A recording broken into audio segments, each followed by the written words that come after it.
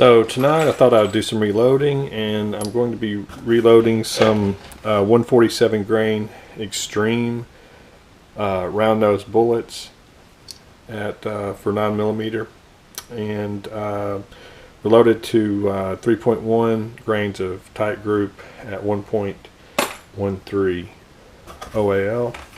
And you know, everyone has their own style and way of doing things. I'm not saying this is the only way. This is just how I do it. I've been reloading for I don't know, 3 or 4 weeks now, and this is kind of my routine. And I'll go over the scales and how I clean the brass a little bit later. But I've got it set up to run right now, and I just thought I'd run. I'll probably make a couple hundred tonight. So in station 1, this deprimes the old primer, puts a new primer in it, straightens the case out, rotate it around, put another piece in. Station 2 bails the mouth of the brass, drops the powder in. Station 3, set the bullet on the brass, put another piece of brass in.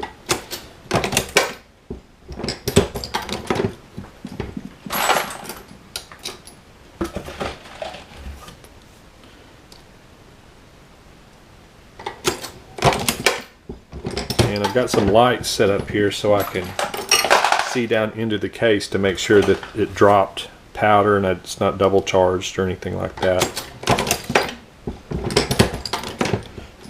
Normally I would have the box of bullets sitting here where the camera is. Things are kind of spread out a little bit, but anyway, this is it. And because I'm new at it, I'm still taking it kind of slow. It goes pretty fast once you get everything set up. The correct amount of powder drop, and seating the bullet to the correct depth. And once it's set, it goes pretty fast. I will say that I do sort my brass. Some manufacturers of brass, the brass is a little bit easier to work with. Sometimes the primers are a little bit tighter in some. So this is a Dillion 550B, and some of these are auto indexing, so each time you pull the handle down it automatically rotates it. There's advantages and disadvantages to all of them. This is my first one, so I like this. It's real easy to stop in the middle of something if something's not lined up right or it needs to be adjusted.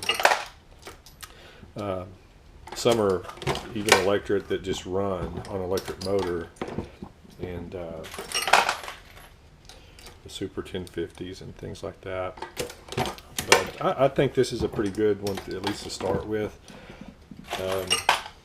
The one below this is called a Square Deal B, and it only does pistol calibers.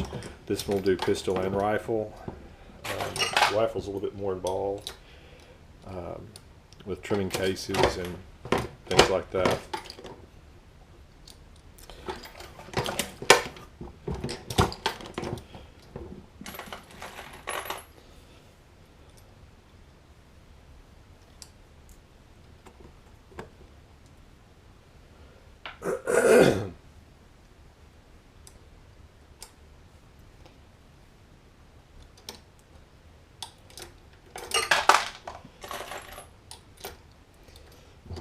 So, like I said, I separate my brass from what I consider good brass.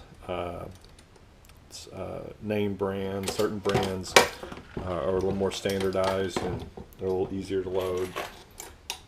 You get more consistent results if you use the same type of brass.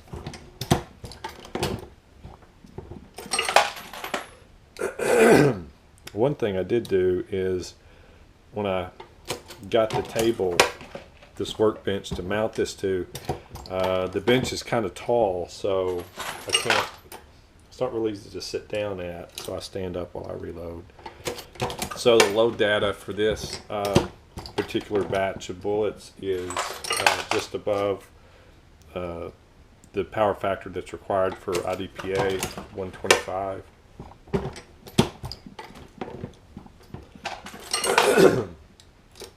I will say, when I tested these loads on the Crony, I tested one batch at 37 degrees and another set it was about 60 degrees, and with the type of powder that I'm using, it burns a little faster the warmer it is.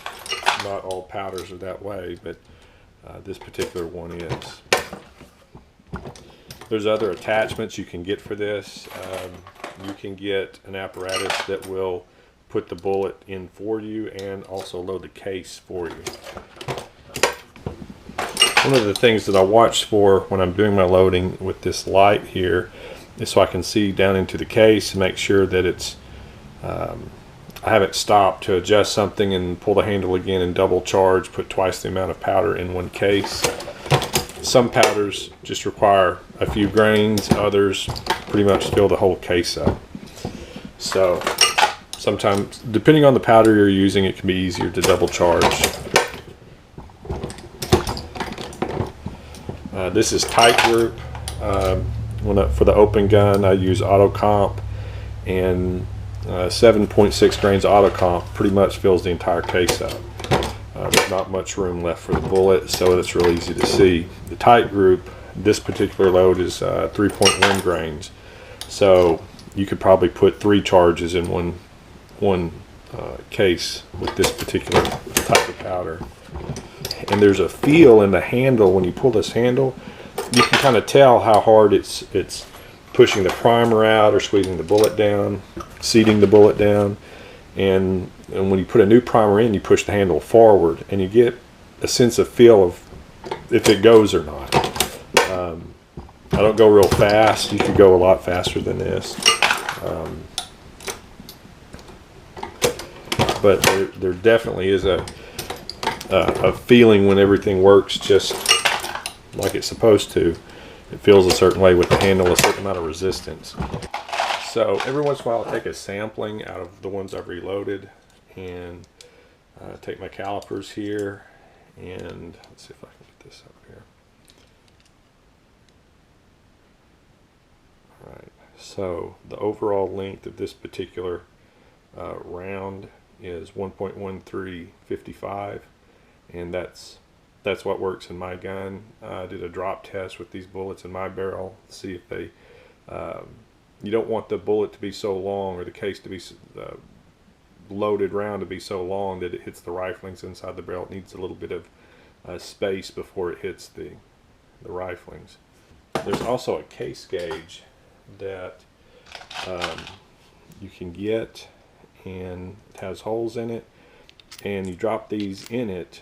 You can do 7 at a time in this one, and you're wanting the rim of the back of the case to be flush. So if they don't stick up, then they're round, they're even, and they shouldn't have any problem loading in your gun.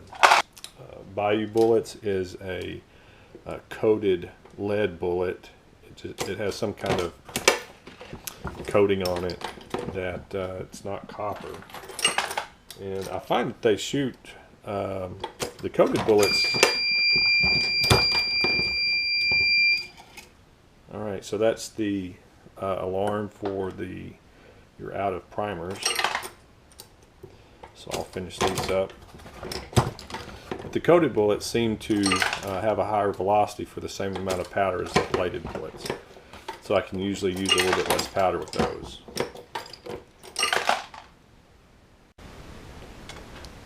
So these are the primers. I use Federal small pistol primers. These are typically the softest ones, at least that I know about. So you can use a little bit lighter. The firing pin doesn't have to hit it quite as hard to set it off. Some primers are hard, and it takes a pretty good strike to set them off. Take them off. They come like this, and then we put them against our plate, turn it upside down, and I need them all to face the same direction. So So we pick this plate up and we shake it, and that makes them all face the same direction. Some are turned up, some are turned down. The little ridges on this flip them around like that. Okay, then we take this side, put it on top, turn it upside down, and now they're all facing the right direction. Take our primer tube,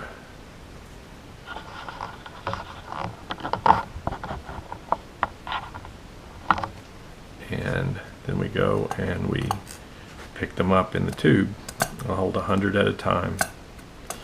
They make an apparatus that you can dump these in, and it runs on a little battery, and it shakes them all around in the right position and loads the tube a lot faster than sitting here doing this. So it's about as boring as watching paint dry, but anyway, usually you get a couple of tubes loaded so you can sit down and load 300 or 400 at a time,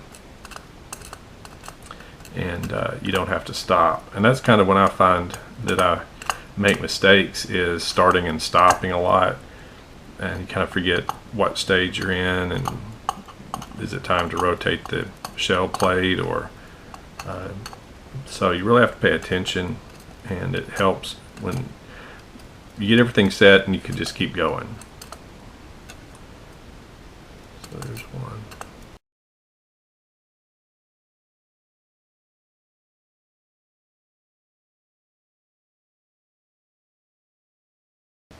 Okay, so I'm low. That alarm that went off indicates that I only had a couple of primers left.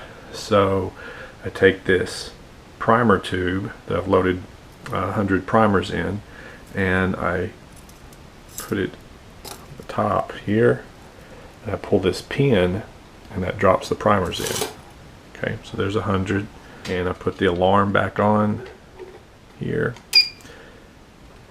and put this rod back in, and I've got a 45 caliber case on top of this rod just to give it a little bit more weight, and this rod helps the primers feed down the tube, and when it gets low, the top of the rod hits this and makes the alarm go off.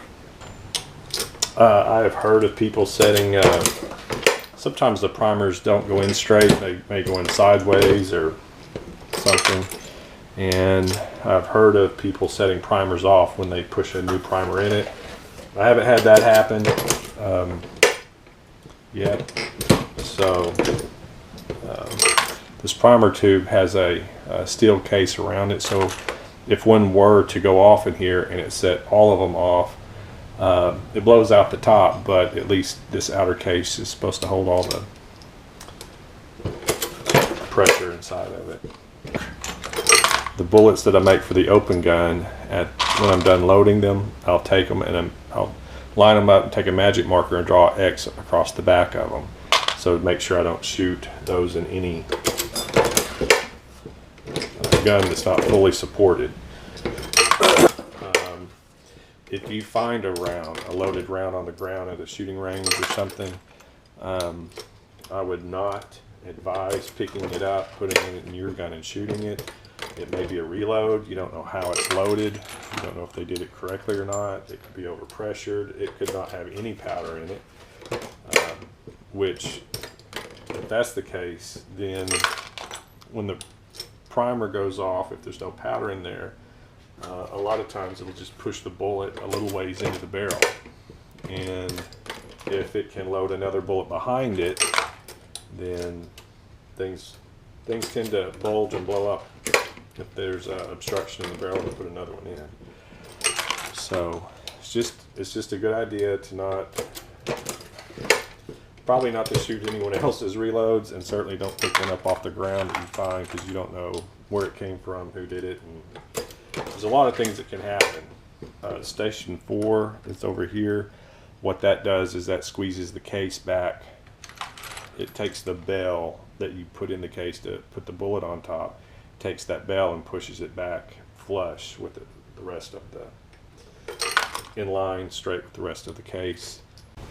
Okay, so this is my Dillion balance scales, and I've got a digital set, and most of the time it's repeatable. It gives the same weight. Sometimes if you let it set for 30 seconds or so, it'll change 1/10 of a grain. So I decided I would like some balance scales to kind of check the digital and back and forth. It seems like most people like the balance, and so we'll just kind of get an idea of how sensitive it is. We'll just sprinkle a few grains at a time. That is, it's about 15 little granules of power pistol, and I don't know if you can tell or not, but it did raise it up just a little bit. This does have a magnet built into it, so it dampens the swing a little bit, so it doesn't swing so takes so long to settle down. But it's moved about the thickness of the line with just a couple of grains. So anyway, I'm real happy with it so far, and we'll keep you up to date. Thanks for watching.